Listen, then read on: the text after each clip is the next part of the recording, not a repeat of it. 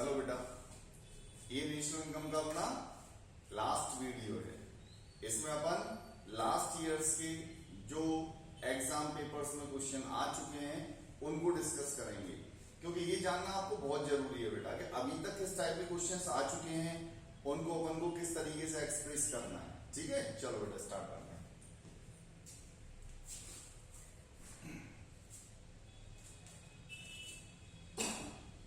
First question, give any two example of flow concept. तो stock और flow concept मैंने आपको बताया था। स्टॉक कॉन्सेप्ट का मतलब a point of time, flow concept का मतलब अ पीरियड ऑफ टाइम। तो कोई भी दो एग्जांपल दे दें, उनको एक्सप्लेन नहीं करना है आपको एग्जाम में, क्योंकि 1 मार्क का है। जैसे इनकम और प्रॉफिट सफिशिएंट है। ठीक बेटा, next question, distinguish between net factor income from abroad और नेट एक्सपोर्ट। तो एनएफआई और नेट एक्सपोर्ट में डिफरेंस पूछा है, तो दोनों को 2-2 मार्क्स में डिफाइन कर दो। 2-2 3-3 लाइन में एनएफआई को और नेट एक्सपोर्ट को डिफाइन कर दो। Net factor income from abroad अपन पीछे चैप्टर में पढ़ चुके हैं, न्यूमेरिकल में भी पढ़ चुके हैं कि net factor income from abroad का मतलब है फीफा माइनस थीटा, मतलब फैक्टर इनकम फ्रॉम अब्रॉड में से factor income to abroad minus करते हैं, तो जो एक्सेस अमाउंट हमारे पास में बचेगा वो एनएफआई में होगा। और नेट एक्सपोर्ट, एक्सपोर्ट में से इंपोर्ट माइनस करते हैं, जो एक्सपोर्ट हमारे पास में एक्सेस अमाउंट बचेगा वो नेट एक्सपोर्ट कहलाएगा। अगर इंपोर्ट ज्यादा है तो वो हमारा नेट इंपोर्ट कहलाएगा। ठीक है बेटा, next, how is real GDP different from nominal GDP, explain using a numerical example. क्या बताना है इस क्वेश्चन में? रियल जीडीपी को समझाना है, उसका एक एग्जांपल देना है और नॉमिनल जीडीपी के साथ में उसका डिफरेंस बताना है। तो अपन ने क्या पढ़ा था जब अपन ने वन शॉट में पूरा थ्योरी का रिवीजन किया था? वहां पर नॉमिनल जीडीपी करंट प्राइस पे कैलकुलेट होती है और रियल जीडीपी बेस प्राइस पे कैलकुलेट होती है। क्वांटिटी दोनों में सेम होती है, दोनों में सिर्फ एक ही डिफरेंस है, नॉमिनल जीडीपी करंट प्राइस पे कैलकुलेट होती है और real GDP base year price पे कैलकुलेट होती है। बाकी दोनों का मीनिंग बिल्कुल सेम है। कोई भी एक एग्जांपल दे देंगे हम। प्राइस इंडेक्स का जीडीपी डिफरेटर का फॉर्मूला मैंने आपको बताया था, nominal GDP divided by real GDP into 100। तो बस उसी से बन जाएगा रियल जीडीपी का formula, nominal GDP divided by price index multiply by 100। कोई भी इमेजिनरी डेटा ले लें और उसको पुट कर दें, आंसर आ जाएगा आपका 240। और यहां पर आप दोनों को इस तरीके से भी डिफरेंशिएट कर सकते हो। कोई भी 4 पॉइंट्स यहां पर दिए हुए हैं, कोई भी 2 से 3 पॉइंट्स आप मैक्सिमम ले लें, क्योंकि एग्जाम में अगर आप 2 पॉइंट भी लिख के आते हैं तो वो 4 मार्क्स आपके कवर करता है। Next, define the problem of double counting in the computation of national income. National income में डबल काउंटिंग प्रॉब्लम कहां पर क्रिएट होती है और कौन सी दो अप्रोच है जिससे हम इसको अवॉइड कर सकते हैं। डबल काउंटिंग का मतलब क्या है? The problem arises when the value of certain goods is counted more than once, known as problem of double counting. जब अपन किसी भी गुड्स या सर्विसेज की वैल्यू एक से ज्यादा बार कैलकुलेट कर लेते हैं तो वो डबल काउंटिंग हो जाता है। जैसे एक एग्जांपल हमने पढ़ा था उसमें वैल्यू एडिड मेथड में कि एक फार्मर ने वीट का प्रोडक्शन किया और 400 रुपए में उसको मिल के ओनर को सेल कर दिया, और मिल के ओनर ने उसको 600 रुपीज में बेकरी को सेल कर दिया। बेकरी वाले ने उसका ब्रेड बना दिया और उसको एक शॉपकीपर को सेल कर दिया, और शॉपकीपर ने उसको 900 में कंज्यूमर को सेल कर दिया। तो यहां पर ये जितने अमाउंट अपन को दिख रहे हैं, इन सबको अगर अपन ऐड करेंगे तो वो 2700 होगा, लेकिन यहां पर अमाउंट हमारे डबल काउंट हो गए बेटा। बस इसी से बचना है हमें। तो ये दिख रहा है, आप डिटेल में जितना नंबर के हिसाब से देख लेना बेटा, कितने नंबर का क्वेश्चन है उस हिसाब से एक्सप्लेन करना। 2700 आ गया, ये डबल काउंटिंग है, जबकि एक्चुअली में लेना कितना है हमें? 900 लेना है। तो अपन इसको कैसे अवॉइड कर सकते हैं? उसके 2 मेथड हैं। How to avoid double counting?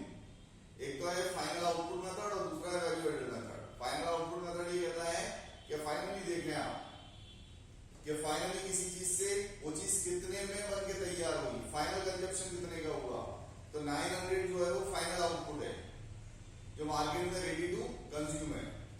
और वैल्यू एडेड मेथड ये कहता है कि फर्स्ट जो वैल्यू थी 400 उसमें जितना ऐड होता गया है बस उसको प्लस करते जाओ, तो प्लस 200 प्लस 200 प्लस 100 900। तो ये दोनों मेथड से जो है वो हम डबल काउंटिंग प्रॉब्लम को अवॉइड कर सकते हैं। ठीक है बेटा। नेक्स्ट एक 4 मार्क्स में क्वेश्चन आया है, GDP does not give us a clear indication of economic welfare of country. क्या आप इसके फेवर में हैं? अगर फेवर में है तो डिफेंड करेंगे और रीजन देंगे, रिफ्यूट। अगर आप इसके अगेंस्ट में हैं, इससे आप सेटिस्फाइड नहीं है, सहमत नहीं है, तो इसके अगेंस्ट में जाएंगे तो आप रीजन के साथ में स्टेटमेंट को लिखेंगे। लेकिन मेन बेटा इंपॉर्टेंट क्या है इसमें? इंपॉर्टेंट ये नहीं है कि इसका आंसर डिफेंड है, इसका आंसर रिफ्यूट है। आप उसको कितना अच्छे से रीजन के साथ में एक्सप्लेन करते हैं, हाँ, उस पे आपको मार्क्स मिलेंगे। इस चीज को दिमाग से बिल्कुल निकाल दो कि इसको हम हमेशा डिफेंड ही करेंगे, रिफ्यूट करेंगे। अब जैसे हमने इसको डिफेंड किया है तो डिफेंड करने के रीजन है मेरे पास में। पहला, it is not included in depreciation, it takes only gross value instead of net value. दूसरा, it is not included net factor income from abroad, it takes only domestic income, it is included only those goods which is manufactured within the country. ठीक है, तो only GDP growth does not give the correct answer of economic welfare of country. इसलिए मैंने उसको defend किया है और जो स्टेटमेंट दिया है उसके मैं फेवर में जाता हूं। Distinguish between stock and flow concept, बिल्कुल सिंपल। स्टॉक और फ्लो ये तो मोस्ट अवेटेड क्वेश्चन है ही, इसका बहुत चांसेस हैं स्टॉक और फ्लो के, और हर बार होते हैं। या तो कहीं ना कहीं कोई पॉइंट्स दे देंगे जिसमें स्टॉक और फ्लो कॉन्सेप्ट पहचानना है, या सीधे सीधे आपको क्वेश्चन दे देंगे। ठीक है बेटा, चलो डिफरेंशिएट जितने भी हैं उनका स्क्रीनशॉट लेते रहना आप और उनको पढ़ लेना। Next, what are capital goods, how are they different from consumption goods. इसका मतलब कैपिटल गुड्स और कंजप्शन गुड्स को बताना है और दोनों में difference. Capital goods are those durable goods which are used for producing other goods like machine. Consumption goods क्या होते हैं? Those goods which are purchased or own produced for the satisfaction of the wants of consumers like milk, mobile। आप दोनों difference भी बता सकते हैं। ठीक है, कोई भी 2-3 डिफरेंस। आगे बढ़े, question number 8, which among the following are capital goods and which are consumer goods। 3 point दिए हुए हैं, इसमें बताना है आपको कौन सा कैपिटल गुड्स है, कौन सा कंज्यूमर गुड्स है। A car used as a taxi, एक कार आपने टैक्सी के लिए यूज की है, कैपिटल गुड्स है, कंज्यूमर गुड्स है। रेफ्रिजरेटर इन अ होटल, एक फ्रीज आपने होटल में यूज की। Air conditioner in a house. लेकिन बेटा आपको रीजन के साथ में बताना है क्यों। उसका आंसर इतना नहीं चलेगा, it is a capital goods, it is a consumer goods. देखें इस तरीके से लिखना है, तो वो एक्सप्लेनेशन देखना मेरे, वो आप फॉलो करना। A car used as a taxi, it is a capital goods। Normally बच्चे इतना लिख के छोड़ देते हैं, मार्क्स नहीं मिलेंगे बेटा, रीजन बताना पड़ेगा। Because it is used for producing services for generating income. जब आप उस गुड्स से, कैपिटल गुड्स से, ठीक है, कैपिटल गुड्स क्यों कह रहे हैं? क्योंकि वो हमारे लिए क्या है, कोई ना कोई सर्विस जनरेट कर रहा है। जैसे आपने कार खरीदी तो आप उससे क्या है, लोगों को सर्विस दे रहे हो, पैसा कमा रहे हो, वो आपके लिए एक इन्वेस्टमेंट है। दूसरा, refrigerator in a hotel, same, it is a capital goods because it is used for producing services for generating income. तीसरा, एयर कंडीशन आप घर में यूज कर रहे हो, इससे आपकी खुद की वांट सेटिस्फाइड हो रही है, इसका मतलब ये कंज्यूमर गुड्स है। It is consumer goods because it is used for satisfaction of the wants of an household. तो बस रीजन देना बहुत जरूरी है बेटा, ये जरूरी नहीं है कि आप सिर्फ कैपिटल गुड्स और कंज्यूमर गुड्स लिखें। अगर सिर्फ आप इतना लिख के आएंगे 3 मार्क्स के क्वेश्चन में आपको सिर्फ 1 मार्क मिलेगा, 2 नंबर कट जाएंगे अगर रीजन नहीं देंगे तो। Next, define intermediate consumption and explain it with an example, how is it different from final consumption. तो क्या समझ में आ रहा है क्वेश्चन में? इतना क्या है, इंटरमीडिएट कंजप्शन और फाइनल कंजप्शन। इसका मतलब इंटरमीडिएट गुड्स और फाइनल गुड्स दोनों में डिफरेंस बताना है। ये आपने पढ़ा ही हुआ है पिछले वीडियो में, जब हमने पूरा डिटेल में पढ़ा था। ये आप देख लें, पढ़ के ही आपको समझ में आ जाएगा, मेरे समझाने की जरूरत आपको नहीं पड़ेगी। इंटरमीडिएट गुड्स वो गुड्स होते हैं जो अभी भी प्रोडक्शन प्रोसेस में है। फाइनल गुड्स वो होते हैं जो रेडी टू कंज्यूम होते हैं, जिनको अपन फाइनली कंज्यूम कर लेते हैं, जो दो टाइप के होते हैं, कंज्यूमर गुड्स और कैपिटल गुड्स। ठीक है बेटा, नेक्स्ट। टोटल लगभग 25 क्वेश्चंस हैं, फटाफट से अपन 10 मिनट में कंप्लीट करेंगे उनको। ये दोनों में डिफरेंस भी है, यहाँ पर स्क्रीनशॉट ले लें, आप पढ़ लेना। नेक्स्ट, हर बार बोल रहा हूँ बेटा इस टाइप के क्वेश्चन, जो क्वेश्चन नंबर 10 है, अभी पीछे भी ये किया, जो 3 मार्क्स के हैं, 3 पॉइंट दिए होंगे, जिसमें आपको बताना होगा कि किस टाइप के गुड्स हैं, या इनको नेशनल इनकम में, डोमेस्टिक इनकम में इंक्लूड किया जाएगा। इस टाइप के क्वेश्चन पर ज्यादा फोकस करना। क्या पूछा है क्वेश्चन में? ये फाइनल गुड्स है या इंटरमीडिएट गुड्स है? Simple. Milk purchase by tea stall, एक चाय वाला दूध खरीदता है, तो ये क्या है? इंटरमीडिएट गुड्स है या फाइनल गुड्स है? तो क्या होगा ये? इंटरमीडिएट गुड्स, क्योंकि उसने दूध खुद के लिए नहीं खरीदा, वो चाय बना के उसको बेचेगा। इसका मतलब अभी भी वो मिल्क जो है वो प्रोडक्शन प्रोसेस में है, तो पहला वाला क्या आ जाएगा आपका? Intermediate goods. ठीक, रीजन बताना है। दूसरा, बस परचेज बाय स्कूल, एक स्कूल ने बस परचेज की, कौन सा पर्पस लग रहा है? इन्वेस्टमेंट पर्पस लग रहा है ना, कि भाई एक स्कूल वाले ने बस खरीदी है, मतलब इन्वेस्टमेंट किया है। इन्वेस्टमेंट पर्पस क्या होता है आपका? Final goods. ठीक है, फर्दर प्रोसेस में नहीं है वो।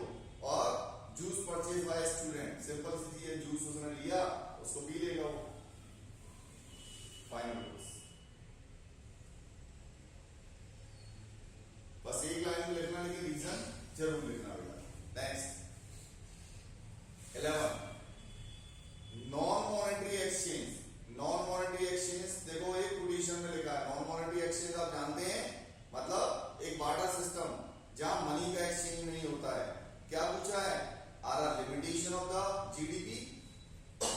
नॉन मॉनेटरी एक्सचेंज जीडीपी की लिमिटेशन है as an indicator of welfare.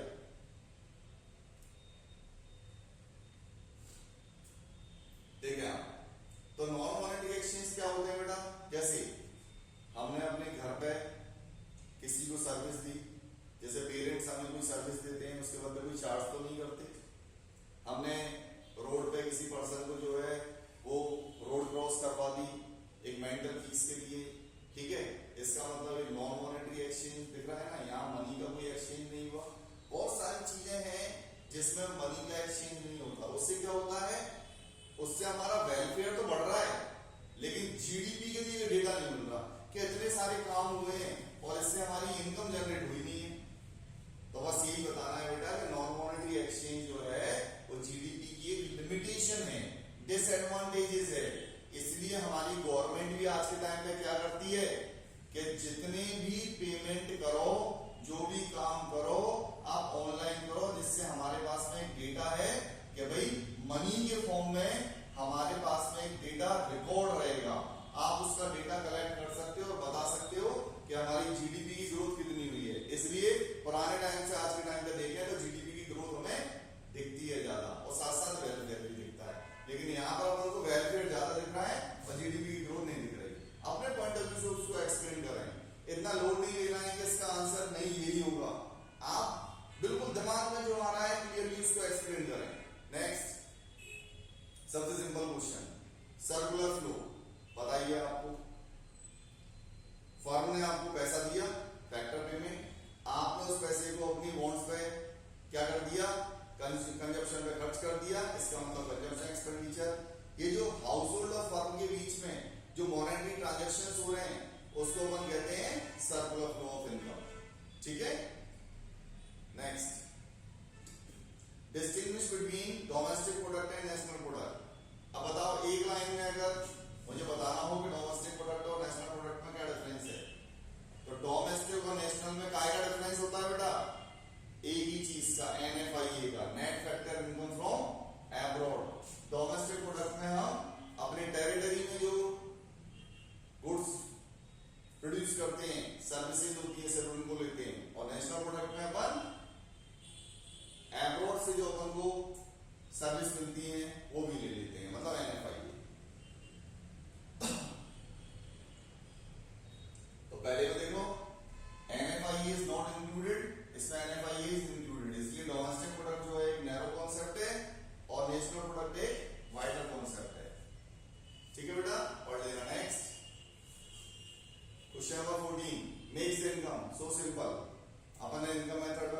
Income को बहुत पढ़ा हुआ है, लेकिन वो न्यूमेरिकली पढ़ाएगा, मिक्स इनकम का ही डेटा दे दिया जाता है।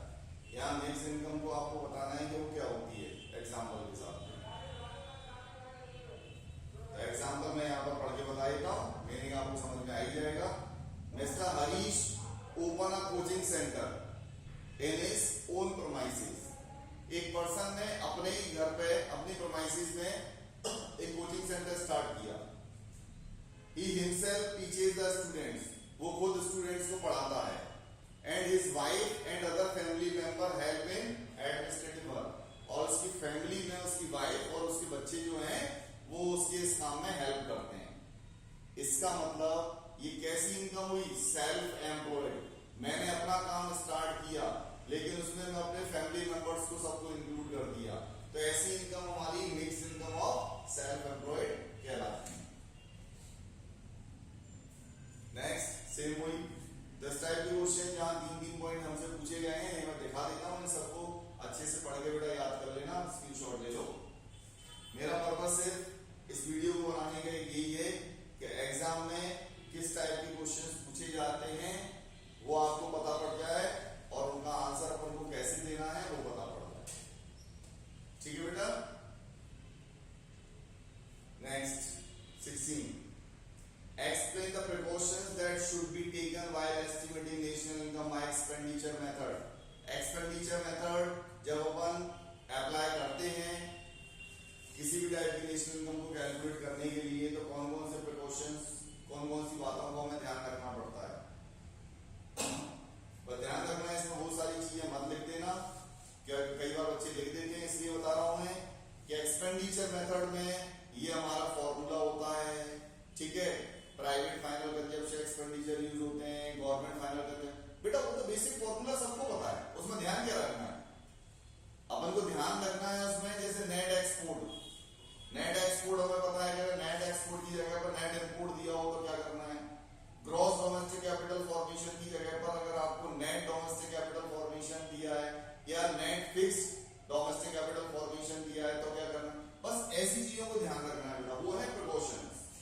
ठीक है, पढ़ लेना, बहुत सिंपल है, तीनों मेथड में से किसी में भी आ सकता है इस टाइप का क्वेश्चन। 17 से वही आ गया, देखो ये 3 पॉइंट है। डोमेस्टिक प्रोडक्ट ऑफ इंडिया, तो डोमेस्टिक इनकम इनको लेना है नहीं लेना है, रीजन के साथ में बताना है। तीनों को अच्छे से पढ़ लेना, सिंपल है, बहुत इंपॉर्टेंट है, 17 नंबर का क्वेश्चन। ठीक है, स्क्रीनशॉट ले लें बेटा आप इसका। चलो next question number 18, explain the precautions that are taken while estimating national income by value added method. अब देखो वैल्यू एडेड मेथड का भी पूछ लिया एग्जाम में, तो वैल्यू एडेड मेथड को यूज करते समय क्या ध्यान रखना है। जैसे वैल्यू एडेड मेथड में अपन सेल्स लेते हैं ना, तो सेल्स लेनी है बेटा, रीसेल नहीं लेनी। ठीक है, do not included intermediate expenditures, do not include expenditure on second hand goods, वो आ गया ना रीसेल वाली बात, do not include transfer payment। तो कुछ पॉइंट तो कॉमन है, और बाकी कौन कौन सी चीजों को ध्यान रखना है। जैसे एक पॉइंट रैंडमली मैं लेता हूं, export will be added in domestic sales, import will be added in domestic purchase, कि जब ये पॉइंट दिए हो तो अपन को इस तरीके से ट्रीट करना है। पावर इलेक्ट्रिसिटी चार्जेस अगर ये दिए हैं तो इंटरमीडिएट कंजप्शन यूज कर दो। Goods use for self consumption will be also added in sales, single use producer goods will be added in IC, intermediate consumption, ये सारी चीजें। नेक्स्ट 19 देखो, फिर इस टाइप का क्वेश्चन है कि इनको नेशनल इनकम में इंक्लूड करना है नहीं करना, रीजन के साथ में एक्सप्लेन करो। तीनों मैंने यहाँ पर शो कर दिए, पढ़ लेना उनको। अब एक आइडिया लग गया होगा कि इस टाइप के क्वेश्चंस आपको कैसे करने हैं। कोई पॉइंट समझ में नहीं आया तो आप मुझसे पूछ लेना। नेक्स्ट, अब देखो यहाँ पर इनकम मेथड के प्रिकॉशंस पूछ लिए। इनकम मेथड अप्लाई करते समय हमें कौन कौन सी बातों को ध्यान में रखना है। जैसे रैंडमली एक पॉइंट बता देता हूं, इफ प्रॉफिट इज गिवन, अगर क्वेश्चन में प्रॉफिट दिया हुआ है, then we will ignore corporate tax, dividend, retained earning, undistributed profit and saving. अगर हमें प्रॉफिट नहीं दिया है तो इनमें से कोई पॉइंट दिए हुए हैं तो उन सबको ऐड करके प्रॉफिट बनाएंगे। Last point, if operating surplus is given, अगर ऑपरेटिंग सरप्लस दिया हुआ है तो रेंट, रॉयल्टी, इंटरेस्ट और प्रॉफिट इसको अपन इग्नोर कर देंगे। नेक्स्ट, सेम नेशनल इनकम को इंक्लूड करना है या नहीं करना। तो ज्यादा से ज्यादा क्वेश्चन आपको बेटा यही दिख रहे होंगे। 3 मार्क्स का क्वेश्चन आया है और रीजन के साथ में उसको एक्सप्लेन करना है। ठीक है, next question number 22। Suppose a ban imposed on consumption of tobacco, तंबाकू को अगर हम बैन कर देते हैं, examine it's likely effect on GDP और वेलफेयर। तो जीडीपी और वेलफेयर पर उसका क्या इंपैक्ट पड़ेगा, इफेक्ट बताना। तो भाई तंबाकू को अगर बैन करोगे तो तंबाकू से गवर्नमेंट की जीडीपी कम हो जाएगी और दूसरी चीज वेलफेयर मतलब लोगों की हेल्थ जो है वो सुधर जाएगी। ठीक है, तो दोनों पे इंपैक्ट पड़ रहा है तो वो बता देना है आपको अपने हिसाब से। तो GDP also will be decrease या fall, but welfare also increases because तंबाकू is harmful for health. Explain कर देना अपने हिसाब से। मेन ये है कि आपको जीडीपी पे बताना है पॉजिटिव नेगेटिव इंपैक्ट और वेलफेयर पे बताना है positive impact. Next question number 23। Again देखो वैसा ही है, नेशनल इनकम में ट्रीट किया जाएगा या नहीं किया जाएगा। ठीक, तो पीछे में बहुत सारे क्वेश्चन बता चुका हूं, उसकी व्याख्या देख लें। ठीक है बेटा, next second last question, how do the negative externalities affect the welfare of the people, explain by taking an example. Negative externalities के बारे में बताना है, तो ये मैं अगले क्वेश्चन में भी कवर करूंगा जहां पर एक्सटर्नलिटीज का मीनिंग पूछा गया है और पॉजिटिव और नेगेटिव 2 टाइप की हमारी एक्सटर्नलिटीज होती हैं वहां बताया है। ठीक है, इसका स्क्रीनशॉट ले लो, आपको समझ में आ जाएगा। And last question, government incur expenditure to popularise yoga among the masses, analyse its impact on GDP and welfare. Same चीज, इस टाइप के क्वेश्चन थोड़े से बेटा सीबीएसई में ज्यादा पूछे जाते हैं कि आपको एक सोचना है, थोड़ा सा आपकी थिंकिंग जानना चाहते हैं वो कि बच्चा एनालाइज कैसे करता है। भाई देखो,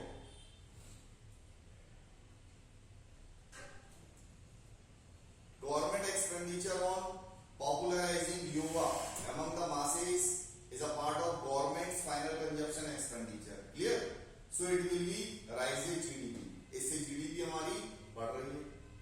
it will on the other hand also rises welfare of the people as yoga will definitely improve their health। इसका मतलब योगा पे एक्सपेंडिचर करने से हमारी जीडीपी मतलब government final consumption expenditures increase हो रहे हैं। इसका मतलब उससे जीडीपी इंक्रीज हो रही है और उससे वेलफेयर भी इंक्रीज हो रहा है क्योंकि लोगों की हेल्थ सुधर रही है। चलो एक्सटर्नलिटीज वाले पार्ट को मैं बता देता हूं, जैसा मैंने क्वेश्चन नंबर 24 में आपसे कहा था। Define externalities, give an example of negative and positive externalities and its impact on welfare of the people। Simple सी चीज है, आप एक्सटर्नलिटीज का मीनिंग समझे पहले तो। And externalities is a cost और बेनिफिट। पहली चीज, एक्सटर्नलिटीज एक कॉस्ट भी हो सकती है, मतलब एक नेगेटिव भी हो सकता है हमारे लिए, बेनिफिट मतलब एक पॉजिटिव भी है, मतलब हमारे लिए कॉस्ट भी है बेनिफिट भी है। That affects a third party who are not engaged in economic activities। Third party उसमें इन्वॉल्व भी नहीं है बेटा।